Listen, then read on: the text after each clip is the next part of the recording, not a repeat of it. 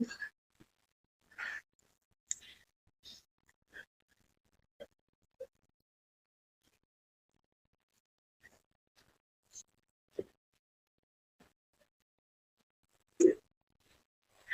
दोस्तों, ओजी की next class में आपका फिर से स्वागत है। इसके अंदर अपन पढ़ाएंगे कुछ क्वेश्चंस हैं जो अभी लेटेस्ट एग्जाम आ रहा है ईएसआईसी और एमसीसीआरई, यानी कि कॉमन जो रिक्वायरमेंट है। सीआरई का मतलब है कॉमन रिक्वायरमेंट एडमिशन। ठीक है, तो ये अब एम्स एक साथ ही करवाने लग गई। पहले एम्स भोपाल का अलग होता था, जोधपुर का अलग होता था, है ना, रायपुर का अलग होता था, अलग अलग जगह, भुवनेश्वर का अलग। तो ये सारी चीजें अब एक ही एम्स कॉमन एग्जाम का अलग ही सारे एम्स का मिलके एक ही बार होता है। ठीक है, तो इस बार जो एग्जाम है वो लगने वाला है कुछ ही दिनों में। ठीक है, तो उसके कुछ क्वेश्चन हैं इंपोर्टेंट जो इस समय पूछे जाएंगे या पूछे जाते हैं बार बार एम्स के अंदर। वो क्वेश्चन कुछ लेके आया हूँ। दूसरा आपके भर्ती निकली एसआईसी की, तो वहां पे भी एग्जाम पूछे जाएंगे बार बार। तो ये क्वेश्चन आप इंपोर्टेंट कर लेना, क्योंकि ओबीजी सब्जेक्ट से सबसे ज्यादा क्वेश्चन पूछे जाते हैं। ठीक है, 4-5 सब्जेक्टों पर ही ज्यादा फोकस होता है। ओबीजी, फंडामेंटल नर्सिंग और एमएसएन और इसके अलावा साइकेट्रिक।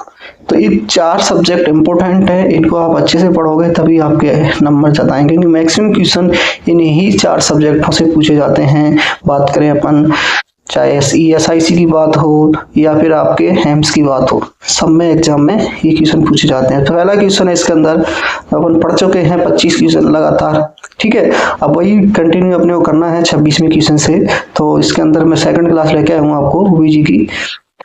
इसमें भी 25 क्वेश्चन है। आपको अपने आप को एग्जामिन करना है कि आपको कितने टेस्ट करना है, कितने क्वेश्चन आपको गलत गए हैं, कितने क्वेश्चन सही गए हैं। ठीक है, चलो पहला क्वेश्चन स्टार्ट करते हैं।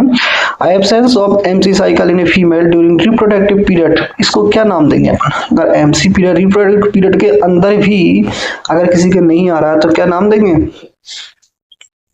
फटाफट बताइए। एपिमेनोरिया, एमिनोरिया, हाइपोमेनोरिया, डिस्मेनोरिया? हाँ जी, तो क्या बोलेंगे? डिस्मेनोरिया दर्द वाला है, हाइपोमेनोरिया मैंने आपको बता ही दिया। ठीक है, एमिनोरिया, एमिनोरिया, जी हाँ, एमिनोरिया ही इसको कहेंगे। क्या कहेंगे? एमिनोरिया। बाकी के क्वेश्चन अपन ने लास्ट डिस्कस कर दिए थे, क्योंकि मीनोपॉज जो होगा वो कब होता है? 45 के बाद। वो रिप्रोडक्टिव एज में नहीं आता है, रिप्रोडक्टिव पीरियड में नहीं आता। ठीक है, तो इसको क्या बोलेंगे अपन? एमिनोरिया। हाँ, एमिनोरिया आएगा इसमें। और ऑप्शन सीक्वेंस गलत दे रखी है, ए आ रहा है तो ए का मतलब एमिनोरिया। ठीक है, ध्यान रखना। नेक्स्ट है, in following which is a common cause of menorrhagia. Menorrhagia का जो सबसे सामान्य लक्षण क्या है? Fibroid uterus, adenomyosis, dysfunction uterus, bleeding. तो मेनोर्जिया एक और सब्जेक्ट इसका ऑल, लास्ट ऑप्शन है और मतलब इन तीनों की तीनों ही सही है। तो इसका मतलब होता है, क्या होता है? ब्लीडिंग ज्यादा आना। किसके अंदर? एमसी पीरियड के दौरान ब्लीडिंग ज्यादा आना, उसको अपन बोलते हैं मेनोर्जिया।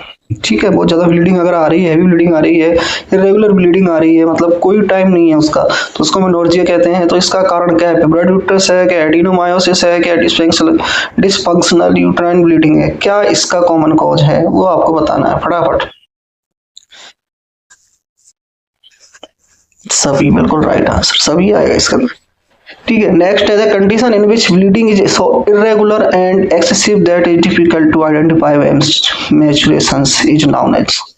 हम डिफाइन नहीं कर पा रहे हैं एमसी को, मैचुरेशन को, क्योंकि उसकी ब्लीडिंग लगातार आ रही है, बहुत ज्यादा आ रही है। ठीक है, तो उस टर्म को अपन क्या नाम देंगे? मेनोर्जिया, मेट्रोर्जिया, हाइपरमेनोरिया, मीनोमेट्रोर्जिया? जल्दी से बताओ, जैसे तो बचा सकते हैं अपन नेक्स्ट क्लास में। हाँ, समझाने की जरूरत नहीं है, नेक्स्ट क्लास में सारे डिस्कस हो चुके हैं। फटाफट बताओ आप। राइट आंसर रहेगा इसका मीनोमेट्रोर्जिया। क्या रहेगा? मीनोमेट्रोर्जिया, क्योंकि ये सारी चीजें अपन बता चुके हैं। हाइपरमेनोरिया भी आपको बता दिया है, हाइपरमेनोरिया बताया, उसका अगर रिवर्स करते हैं तो हाइपरमेनोरिया हो जाएगा। हाइपो का मतलब क्या था? कम समय में, ठीक है, ज्यादा ब्लीडिंग आ रही थी, और यहाँ पर उल्टा हो जाएगा, ज्यादा समय में भी कम ब्लीडिंग आना। मेट्रोर्जिया आपको बता ही दिया है, मिनोर्जिया भी डिस्कस कर चुके हैं, तो वो क्वेश्चन आपको पहले बता चुके हैं। नेक्स्ट क्वेश्चन बात करो, which of the following tumours marker is used for the diagnosis of ovary germ cells tumour?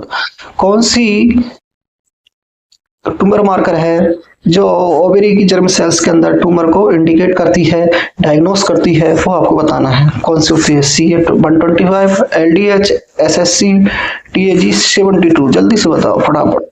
CA125 नहीं, क्योंकि CA125 तो किसमें करते हैं अपन? ब्रेस्ट की में, लंग्स की में, इनमें टेस्ट किया जाता है। तो इसका राइट आंसर होगा LDH। क्या होगा?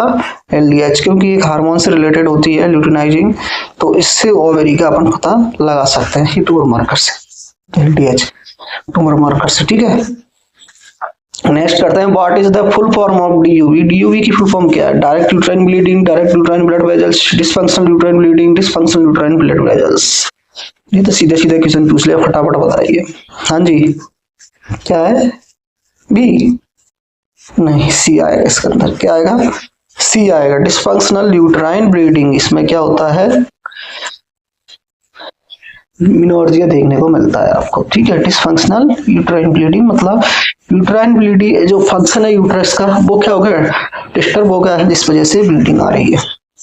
नेक्स्ट है, state of abnormal uterine bleeding in which there is no clinical detectable pelvis pathology is represent known as, मतलब किसी महिला के अंदर abnormal uterine bleeding हो रही है और उसको अपन pelvic या पैथोलॉजी या pelvic की पैथोलॉजी है वो अपन डिटेक्ट नहीं कर पा रहे, उसका क्या नाम देंगे? अभी क्वेश्चन आया, मिनोर्जिया, पॉलीमिनोरिया, डिसफंक्शनल यूट्राइन ब्लीडिंग, डिस्मेनोरिया। फटाफट बताओ। हाँ जी, क्या नाम है? Dysfunctional uterine bleeding. मतलब इसमें क्या होता है कि यूट्रस से ब्लीडिंग आती है लेकिन हम उसको आइडेंटिफाई नहीं कर पाते हैं पैथोलॉजी के आधार पर कि किस वजह से आ रही है। क्या MC पीरियड में डिस्टर्ब है, क्या किस चीज में डिस्टर्ब है, मतलब साइकिल कम ज्यादा क्यों हो रहा है, तो सब इस चीजों को हम डिटेक्ट नहीं कर पाते। कि पैथोलॉजी चेक करते हैं कि बैक्टीरिया वायरस का कोई इन्फेक्शन और इन्फेक्शन नहीं है, ठीक है ना, इन्फेक्शन भी नहीं है, कोई चोट भी नहीं लग रही है, ठीक है, कोई हार्मोन भी बड़ा नहीं है, तो फिर अपन देखते हैं किसकी वजह से हो रही है? Dysfunctional of uterus. यूट्रस का फंक्शन है वो डिस्टर्ब हो गया है, क्योंकि यूट्रस में आके जब जाइगोट बनता है तो क्या होता है? कुछ दिनों बाद इम्प्लांट होता है और वहां पे क्या होती है? प्लेसेंटा और ब्लड वेजल्स का निर्माण होता है, तो वहीं पर रप्चर हो जाता है। कई बार प्लेसेंटा सही से नहीं बन पाता है, कई बार वहां पे बात करें तो ब्लड वेजल्स रप्चर हो जाती हैं, तो इस वजह से लगातार ब्लीडिंग होती रहती है। कई बार मोल्स बन जाते हैं उसके अंदर, ठीक है, क्या बन जाते हैं? मोल्स बन जाते हैं, तो वहां पे से भी ब्लीडिंग हो जाती है जब प्रेशर पड़ता है पर। इसको बोलते हैं डिसफंक्शनल यूट्राइन ब्लीडिंग, ठीक है, जिसको हम पैथोलॉजी से भी पता नहीं लगा सकते। Next, pathology. हाँ, पैथोलॉजी का मतलब होता है कि ऐसे माइक्रो ऑर्गेनिज्म जो हमारे शरीर में बीमारी उत्पन्न करते हैं उनका अध्ययन करना, उनको चेक करना, उनको एग्जामिन करना ही पैथोलॉजी कहलाता है। समझ में आ गया? पैथोलॉजी मतलब बीमारी करने वाले छोटे छोटे सूक्ष्म जीव, उनका अध्ययन पैथोलॉजी कहलाता है। ओके, अब नेक्स्ट बात करते हैं, इन following which hormonal therapy is used for the management of DUB यानी कि डिसफंक्शनल यूट्राइन ब्लीडिंग। इसके अंदर कौन सा हार्मोन थेरेपी हमें मैनेजमेंट के रूप में दी जाती है या हम देते हैं पेशेंट को? पहला है कॉन्ट्रासेप्टिव पिल्स, ठीक है, इसके अंदर का दूसरा नाम दिया है इसने नॉर एथिस्टेरोन एसीटेट, और सी है अल्फा एथिनाइल टेस्टोस्टेरोन, और लास्ट ऑप्शन है डी। क्या इन सभी को देते हैं? इनमें से कौन सा देते हैं आपको फटाफट सेलेक्ट करना है जी। हाँ जी, सी। चलो अभी बताते हैं, इसमें आएगा डी, सभी आएंगे, सभी हार्मोन्स थेरेपी दे सकते हैं। इसमें कॉन्ट्रासेप्टिव पिल्स भी दे सकते हैं, नॉन एसिटेट भी दे सकते हैं, 17 अल्फा एथिनाइल टेस्टोस्टेरोन भी दे सकते हैं, सभी हार्मोन दे सकते हैं, ठीक है। नेक्स्ट है, following are the indication of endometrial resection in a female with DUB। कौन सा एंडोमेट्रियल रिसेक्शन इसमें अपन कर सकते हैं DUB में? इसमें से आपको गलत चीज जो है बतानी है, ठीक है, गलत यानी कि फॉल्स स्टेटमेंट इसमें निकालना है अपने को। पहला, female who is over 35 years, एक महिला जिसकी उम्र ANH जगह ईयर्स है ना, तो क्या 35 साल से ऊपर हो चुकी है उसकी उम्र, क्या उसका DUB करना गलत है? है ना। डिलीवरी में एक ऑपरेशन हो रहा है एंडोमेट्रियल रिसेक्शन, मतलब उसमें क्या करते हैं, जब एंड्रो में बात करें यूट्रस की जो लेयर होती है, मसल्स होती है, उनको अपन बोलते हैं एंडोमेट्रियम, ठीक है। उन एंडोमेट्रियम के अंदर क्या करते हैं, रिसेक्शन, रिसेक्शन का मतलब उनको ठीक करते हैं, उनमें कोई डिस्टर्ब हो गया है, कोई इम्प्लांट नहीं हो रहा, वजह क्या है, कई बार छोटे छोटे कण बन जाते हैं जिनको अपन मॉल्स बोलते हैं, उनको हटाना हो या कुछ और ऐसी प्रॉब्लम हो गई है जिस वजह से इम्प्लांट नहीं हो रहा है, बार बार रप्चर हो देखने को मिल रहा है, तो उसको अपन एक सर्जरी के द्वारा ठीक करते हैं। तो वो सर्जरी आपको किस महिला के अंदर नहीं करनी है, कौन सी लाइन इसमें से गलत है सर्जरी के बारे में, वो आपको यहाँ पे कलेक्ट करनी है, ठीक है।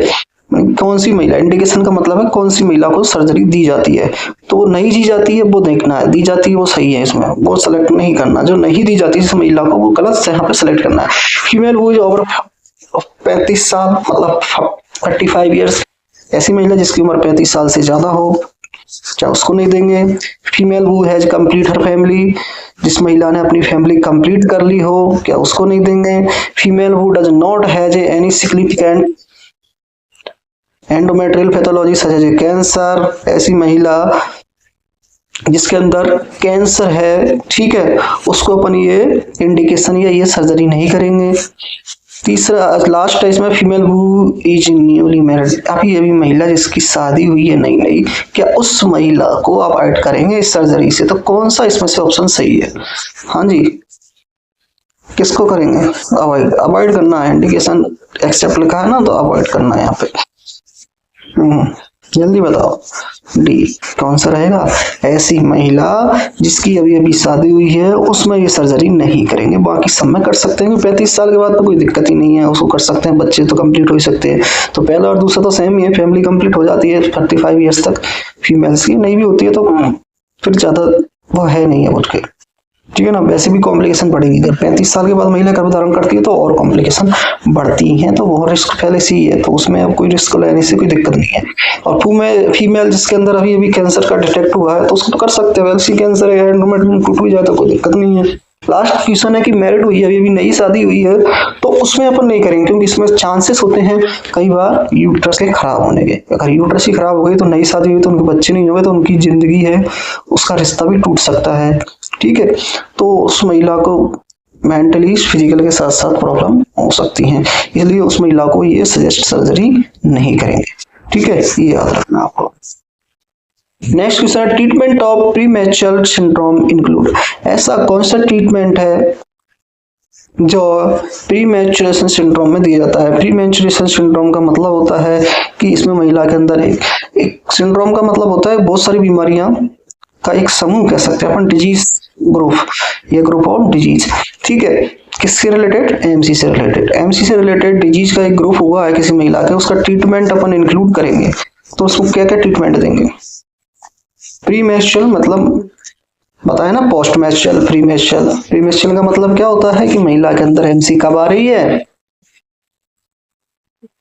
कब आ रही है, जल्दी आ रही है, मतलब उसकी उम्र अभी हुई नहीं है, 13 साल एक एवरेज है, 12 से 16 का एक अपन बात करें तो वहां पे एरिया उसी उम्र की एज में आता है, लेकिन किसी के 10 साल से पहले ही आ रही है तो उसको, लड़की को या उस गर्ल्स को अपन कौन सा ट्रीटमेंट देंगे, use of bromocriptine, use of anti depressant, pyridoxine, कौन सा ट्रीटमेंट इसमें से अपन देंगे या सभी देंगे, हाँ जी सारे, बिल्कुल सही आंसर, सारे ही देंगे इसके अंदर, ठीक है। उस बच्ची को या उस गर्ल्स को अपन ब्रोमोक्रिप्टिन भी देंगे, एंटी डिप्रेसेंट भी देंगे और पायरिडॉक्सिन यानी कि जो B6 विटामिन है वो भी अपन उसको प्रोवाइड करेंगे ताकि उसकी ब्लीडिंग कंट्रोल हो। B6 क्या है, ये एक तरीके से किसका काम करता है, ब्लीडिंग को रोकने का काम करता है पायरिडॉक्सिन, ठीक है। तो इसका इंजेक्शन भी अपन उस लड़की को दे सकते हैं जिसके पहले ही ब्लीडिंग आ चुकी है। नेक्स्ट बात करते हैं कॉजेटिव ऑर्गेनिज्म रेस्पॉन्सिबल फॉर मोनियोलाइसिस, कौन सा ऐसा बैक्टीरिया है या फंगस है या कोई सा भी माइक्रो ऑर्गेनिज्म है जो महिला के अंदर मोनियोलाइसिस की बीमारी होती है जिसमें सफेद कलर के पैचेज बन जाते हैं, जेनिटल ऑर्गन पे बन सकते हैं मेनली, है ना, वेजाइना के चारों तरफ मेनली बनते हैं देखने को, इसके अलावा उसके ओरल में भी थ्रस हो जाता है, गले में खरांश होती है तो जीभ पे बन जाते हैं, गले में अंदर बन जाते हैं, ठीक है, कहीं भी हो सकते हैं, ब्रीस्ट के नीचे बन सकते हैं, बाद में वो फैल जाते हैं, ब्रीस्ट के नीचे भी फैल सकते हैं, बटक पे हो सकते हैं, हाथ पे, चीक पे, कहीं पे भी वो फिर फैल जाते हैं। लेकिन इनकी शुरुआत जो होती है वेजाइना और ओरल, इसका मेन जो होता है सोर्स होता है, यहाँ पे ये ग्रो करते हैं। ठीक है, तो इसका कारण क्या है वो आपको बताना है, कौन सा बैक्टीरिया वायरस है वो इसका कारण है। Candida albicans, tinea cruris, staphylococcus aureus और गोनोकोकाई, कौन सा इसमें से आएगा जी? फटाफट बताओ। राइट आंसर आएगा ए। देखो, इस प्रकार की बीमारी है मोनिलिसिस, जिसमें चकते बन जाते हैं लाल लाल सफेद सफेद से। देखो इसकी टंग पे देखो, आप दिख रहा है, ये वेजाइना दिख रही होगी, इसमें दिख रहा है।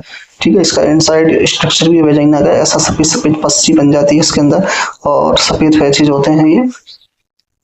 बाद में ये सब जगह फैल जाते हैं। शुरुआत यहाँ से ही होती है इनकी, मुंह में या वेजाइना में। ठीक है, माउथ और वेजाइना इसका मेन, इसका राइट है जहाँ पर ये फैले पाए जाते हैं। अब नेक्स्ट बात करते हैं अपन 36 questions. In following which is the most common cause of vaginitis is the child bearing period, यानी कि जब बच्चा जन्म देता है उस महीना के अंदर कौन सी वेजाइना की इन्फेक्शन है जो ज्यादातर पाया जाता है या देखने को मिलता है। ठीक है, महिलाओं में वेजाइना का इन्फेक्शन कौन सा देखने को मिलता है जो चाइल्ड बर्थ के दौरान या चाइल्ड बर्थ की समय देखने को मिलता है। पहला ट्राइकोमोनियासिस, मोनियोलाइसिस, एट्रोपिक वेजाइना और स्ट्रेप्टोकोकाई। ठीक है, तो सीधी सी बात है, एट्रोपिक वेजाइना तो इन्फेक्शन नहीं है, तो अपन गलत आंसर को पहले हटा देंगे। अब बाकी के सारे इन्फेक्शन हैं। स्ट्रेप्टोकोकाई भी जो एजेंट है, ये भी करता है इन्फेक्शन। मोनिलिसिस अभी बता ही दिया, ट्राइकोमोनियासिस ये भी एक तरीके का भी ऐसा ही इन्फेक्शन है, एसटीडी डिजीज में आता है। ठीक है, तो अपन पहले बात करते हैं कौन सा इसमें से, अब तीनों में से आपको एक सिलेक्ट करना है। सी यहाँ पे हट चुका है, फटाफट बताओ ए क्या रहेगा इसके अंदर? ट्राइकोमोनियासिस रहेगा। ट्राइकोमोनियासिस ऐसा इन्फेक्शन है जो ज्यादातर महिलाओं को चाइल्ड बर्थ के दौरान देखने को मिलता है। जो क्या होता है, बच्चे को भी लगने का खतरा बार बार बना रहता है इसमें। बच्चा वहीं से वेजाइना से आएगा और वेजाइना में इन्फेक्शन होगा, और वेजाइना की इन्फेक्शन बच्चे की आंखों में और इधर फैल जाता है। ठीक है, तो इसका ज्यादा चांसेस होते हैं होने के डिलीवरी के दौरान। नेक्स्ट बात करते हैं, vaginal trichomoniasis is more harmful when, कब ये ज्यादा खतरनाक होता है? जो इन्फेक्शन में बताया मैंने ट्राइकोमोनियासिस वेजाइना के अंदर, वो कब ज्यादा खतरनाक होता है? जब पीएच वेजाइना की रेंज बिटवीन 1 to 2 हो, और पीएच कम हो जाए। जब pH vagina range between 3 to 4, जब पीएच उसकी थोड़ी सी और मतलब ज्यादा हो।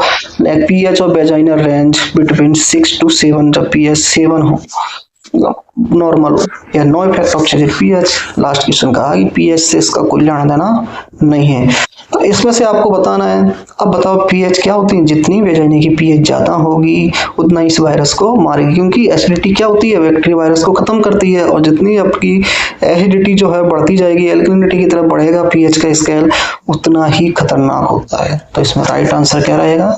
सी। क्या रहेगा? सी राइट आंसर रहेगा। 6 से 7 ही इसका राइट आंसर। ठीक है, नेक्स्ट बात करते हैं, inflammation of vagina in women after menopause is called. ऐसा कौन सा इन्फेक्शन है वेजाइना का जो मेनोपॉज के बाद ज्यादातर देखने को मिलता है महिला के अंदर? पहला toxic shock syndrome, senile vaginitis, chlamydia vaginitis, chronic vaginitis. ठीक है, ये वेजाइनाइटिस है 1, 2, 3, और एक टॉक्सिक शॉक सिंड्रोम है। अब आपको सही आंसर निकालना है। हाँ जी, राइट आंसर सी। नहीं, डी भी नहीं है। इसका राइट आंसर रहेगा आपका बी। क्या रहेगा? B, senile vaginitis. सेनाइल को ही अपन क्या कहते हैं? ओल्ड कहते हैं। ओल्ड का मतलब सेनाइल होता है बूढ़ा, यानी कि ये बुढ़ापे में होता है। सेनाइल मतलब बुढ़ापा। तो सेनाइल वेजाइनाइटिस ज्यादा देखने को मिलता है मेनोपॉज के बाद महिलाओं में।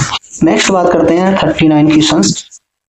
प्रेजेंस ऑफ एलॉइस और blood mix vaginal discharge after menopause and bulbar pleuritis are the manifestation of, मतलब एक ग्रुप दिया इसने लक्षणों का, जिसमें पहला लक्षण जो रहेगा महिला के अंदर, यानी पीला कलर का जिसमें ब्लड मिक्स हो, वो वेजाइना से डिस्चार्ज होगा मेनोपॉज के बाद। और दूसरा है कि बल्बा में, जो बल्बा भाग होता है जेनिटल ऑर्गन का, ठीक है, उस बल्बा भाग में क्या होगा? खुजली होगी। प्लूराइटिस का मतलब खुजली होगी। उस लक्षणों को अपन कौन सी बीमारी से जानेंगे? ये जो लक्षण बताए गए हैं अभी, वो कौन सी बीमारी से रिलेटेड है? ठीक है, पहला मेनोपॉज से रिलेटेड है, टॉक्सिक शॉक सिंड्रोम इससे रिलेटेड है, एटिपिकल मेनोर्जिया इससे रिलेटेड है, या सेनाइल वेजाइनाइटिस से रिलेटेड है। तो इसमें क्या आंसर आएगा? फटाफट बताओ। मीनोपॉज तो आने से रहा, क्योंकि मीनोपॉज कोई बीमारी नहीं है, मीनोपॉज एक अवस्था है जो महिलाओं में एक उम्र के बाद देखने को मिलती है, 45 ईयर्स के बाद।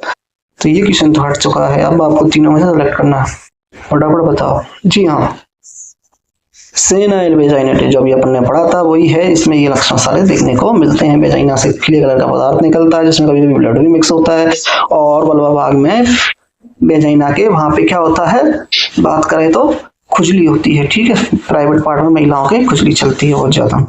नेक्स्ट क्वेश्चन है 40th क्वेश्चन है, 40वां question, what is the common cause of senile vaginitis. तो सेनाइल वेजाइनाइटिस का जो मेन कॉमन कॉज है वो क्या है। पहला, इंक्रीज एफएसएच लेवल, नेक्स्ट है एस्ट्रोजन की डेफिशिएंसी, नेक्स्ट है माल न्यूट्रिशन, नेक्स्ट है एंड्रोजन डेफिशिएंसी। क्या है इसका कारण। कौन सा ज्यादा देखने को मिलता है, कौन सा हार्मोन गिरता है, जल्दी से बताओ। मीनोपॉज के दौरान महिलाओं के कौन सा हार्मोन नीचे डाउन होता है, कई बार बता चुका हूँ, वही क्वेश्चन राइट है। जी हाँ, बी एस्ट्रोजन। एस्ट्रोजन कम होता है, एंड्रोजन का लेवल बढ़ जाता है, किसमें, मीनोपॉज पीरियड में। नेक्स्ट बात करते हैं, in a female possibility for occurring acute endometritis is more. कौन सा जो है फीमेल की रेस्पॉन्सिबिलिटी एक्यूट एंडोमेट्राइटिस की देखने को मिलती है। एक्यूट एंडोमेट्राइटिस का मतलब मैंने बता दिया कि एंडोमेट्राइटिस है, एक एंडोमेट्रियम लेयर है किसकी, यूट्रस की, उसके अंदर अगर इन्फ्लामेशन हो रहा है तो उसको बोलेंगे एंडोमेट्राइटिस। एक्यूट का मतलब होता है कुछ समय के लिए, क्रोनिक का मतलब होता है लंबे समय के लिए। तो छोटे समय के लिए अगर किसी महिलाओं के फीमेल के अंदर संभावना है किसकी, एंडोमेट्राइटिस की, तो सबसे ज्यादा संभावना किस महिला के होगी, ठीक है, कौन सी महिलाओं को एंडोमेट्राइटिस की संभावना ज्यादा होगी कि उनको हो सकता है। पहला है इसमें ऑप्शंस, आफ्टर मीनोपॉज, मीनोपॉज के बाद ज्यादा संभावना होती है। बी है आफ्टर मिनार्की, मिनार्की के बाद उसको संभावना ज्यादा बढ़ जाती है। नेक्स्ट है आफ्टर अबॉर्शन और चाइल्ड बर्थ, चाइल्ड बर्थ या अबॉर्शन हुआ महिला को उसकी ज्यादा संभावनाएं इस इन्फेक्शन की बढ़ जाती हैं। और लास्ट है ड्यूरिंग चाइल्ड बर्थ, बच्चे को जब जन्म देते हैं उस समय ज्यादा संभावना बढ़ जाती है। तो फटाफट से इसको आंसर बताना है। हाँ जी, यूट्रस में इन्फेक्शन का चांसेस कब ज्यादा होगा, सी। चलो देखते हैं अब की बार आपका सही बैठता है क्या।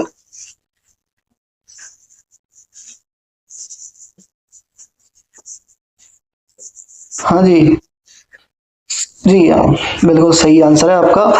इसके अंदर कब होता है ज्यादा इन्फेक्शन जो होता है यूट्रस में, वो कब होता है, या तो अबॉर्शन हुआ है या चाइल्ड बर्थ हुआ है, उस समय ज्यादा चांसेस बढ़ेंगे।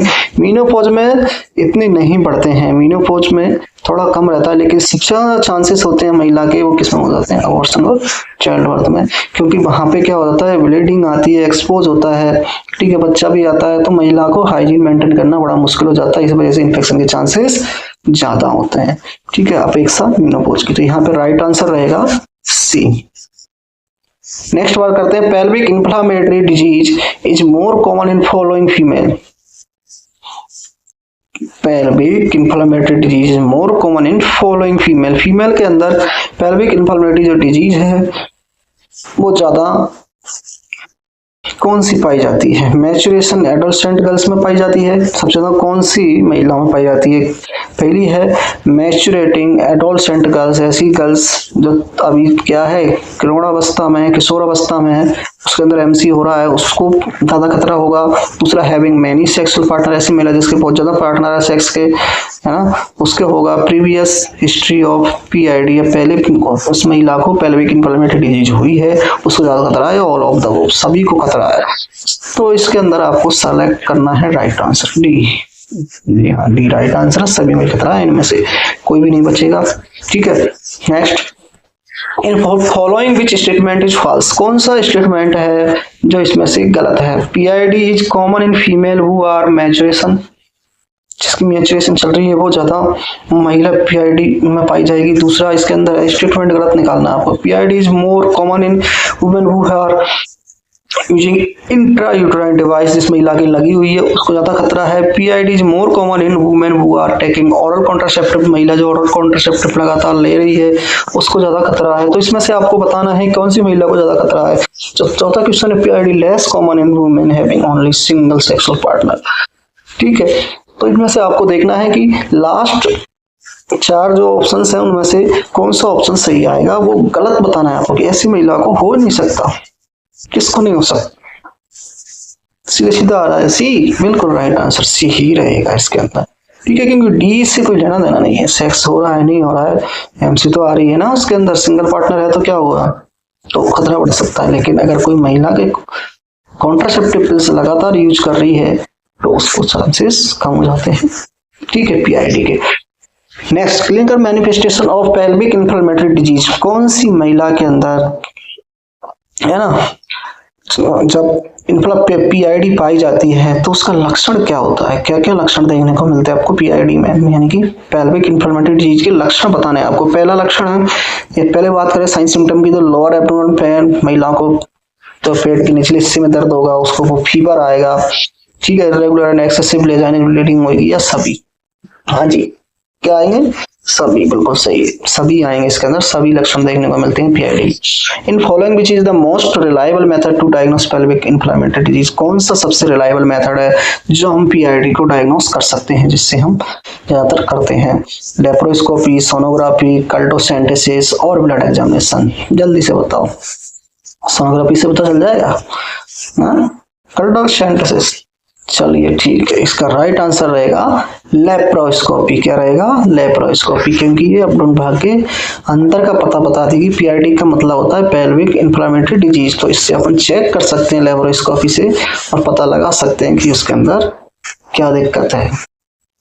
ठीक है, कल्टोसेंटेसिस का मतलब होता है उसके फ्लूइड निकालना। ठीक है, क्या निकालना, फ्लूइड निकालना, किसमें से, हाँ जी, जो सीक्रेशंस होते हैं यूट्रस के अंदर, वो कहाँ पे जाते हैं, कई बार जो भाग होता है सर्विक्स, तो सर्विक्स वाले भाग से फ्लूइड निकालना वो कल्टोसेंटेसिस कहलाएगा। सोनोग्राफी आपको पता ही है, ब्लड एग्जामिनेशन पता ही है, तो ये वर्ड आपको एक नया है, लेकिन वो पेप स्मेयर और इनमें काम आता है। ठीक है, इसमें नहीं आएगा, जब इन्फेक्शन होता है ना वायरल, हाँ वहाँ पे लेते हैं अपन, स्मेयर लेते हैं, जैसे अपने नाक में वो कोरोना में ली थी ना कोविड में, हाँ वो ब्लड से वो सीक्रेशन इकट्ठा करना, वो ऐसे इसके अंदर छेद करके और कुछ फ्लूइड वगैरह निकाला जाता है। ठीक है, नेक्स्ट बात करते हैं, इन following which is not a sexually transmitted disease, इनमें से कौन सी बीमारी एसटीडी में नहीं आती है। कैनक्रोइड, सिफिलिस, फिब्रॉइड, यूट्रस एड्स, फटाफट बताओ, इसमें तो कुछ ज्यादा समझाना या दिमाग लगाने की जरूरत नहीं है।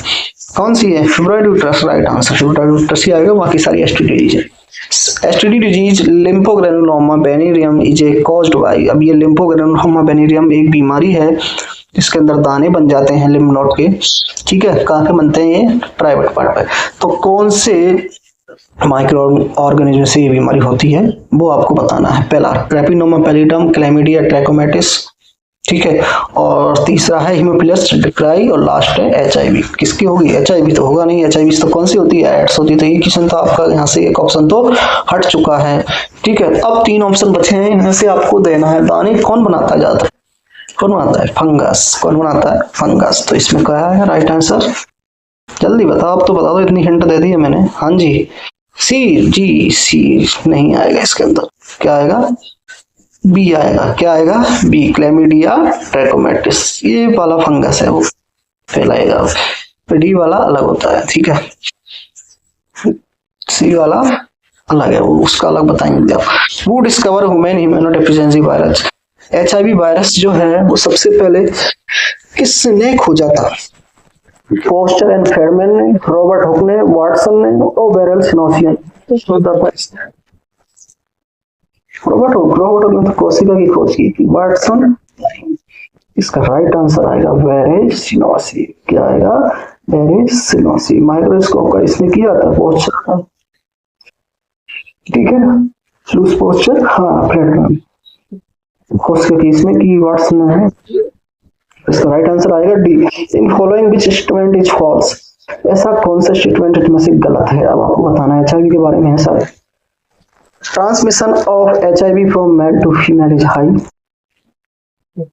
ऐसा इसमें बताया है कि महिला जो इन्फेक्शन है एचआईवी का वो पुरुष से महिला में ज्यादा फैलता है। नेक्स्ट, ब्रेस्ट फीडिंग में also a cause of transmission of HIV, breast feeding HIV को ट्रांसमिट कर सकती है, भी बताया गया है। The vertical transmission to the newborn of the infection mother is about 14 to 25% होता है। वर्टिकल ट्रांसमिशन का मतलब है प्रेग्नेंट महिला से अपने फीटस के अंदर या बच्चे के अंदर जो जन्म ले उस समय HIV का फैलना वर्टिकल ट्रांसमिशन ऑफ HIV कहलाता है। तो वो जो होता है वो 14 से 25% तक रिस्क होती है, वो होता है। नेक्स्ट है transmission of HIV from female to male, और इसका पहले वाले का अपोजिट ये हो गया कि महिला को इन्फेक्शन अगर है तो पुरुषों में जल्दी फैलता है अपेक्षा पुरुषों से महिला की। तो 4 ऑप्शन है, चारों में से आपको गलत ऑप्शन इसमें से सिलेक्ट करना है। कौन सा गलत है जल्दी बताओ। डी क्या है? डी गलत है, क्योंकि फीमेल से मेल को बहुत कम फैलता है, ज्यादातर मेल से ही फीमेल को फैलता है। इनका मानना ये है कि भाई फीमेल जो है ज्यादा पार्टनर रखती नहीं है, मेल ज्यादा पार्टनर रखता है, फीमेल के अंदर कम है पार्टनर। ठीक है, तो ये चीज आपको ध्यान रखनी है कि इसका राइट आंसर क्या रहेगा, डी रहेगा। आंसर डी रहेगा, लेकिन गलत स्टेटमेंट है ये। क्या है? डी इसमें गलत स्टेटमेंट है, क्योंकि पार्टनर महिला के ज्यादा होते हैं ऐसा माना गया है।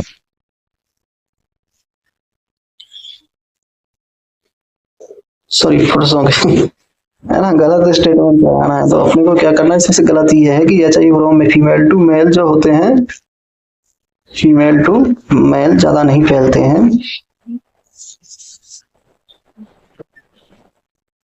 ठीक है, हाँ कंफ्यूज मत हो। इसमें क्या है कि जो पहला ही ऑप्शन है वो सही है और जो लास्ट ऑप्शन है वो गलत। यहाँ पे गलत सेलेक्ट करना है अपने को। तो गलत यही है कि महिला से पुरुषों में ज्यादा नहीं फैलते, बल्कि पुरुषों से महिलाओं में ज्यादा फैलते हैं। इनका मतलब यही है कि मेल की जो होती है पार्टनर ज्यादा होते हैं फीमेल की अपेक्षा। ठीक है, नेक्स्ट बात करते हैं। लास्ट क्वेश्चन है, after HIV infection there is immunodeficiency mainly due to, किस वजह से हमारा इम्यून सिस्टम जो है कमजोर होता है HIV के दौरान या HIV के बाद, वो आपको बताना है। तो decrease number of CD4 T lymphocyte, decrease number of CD4 T lymphocyte, एक इंक्रीज है, दूसरा डिक्रीज है, डिक्रीज नंबर ऑफ